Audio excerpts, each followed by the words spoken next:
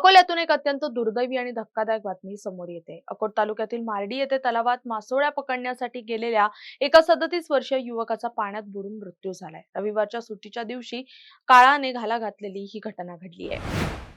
मिळालेल्या माहितीनुसार रविवारची सुट्टी असल्याने नागो मोरे नेहमीप्रमाणे तलावावर गेला होता। मात्र काळाने तिथेच घाला घातला। तलावाच्या पात्रात जाळे टाकत असताना अचानक पाय घसरल्याने किंवा पाण्याचा अंदाज न आल्याने तो खोल पाण्यात ओढला गेला।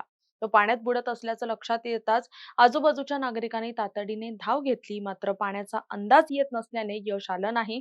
अखेर स्थानिक पोहणाऱ्यांच्या मदतीने तलावात शोध मोहीम राबवून त्याचा मृतदेह बाहेर काढण्यात आला।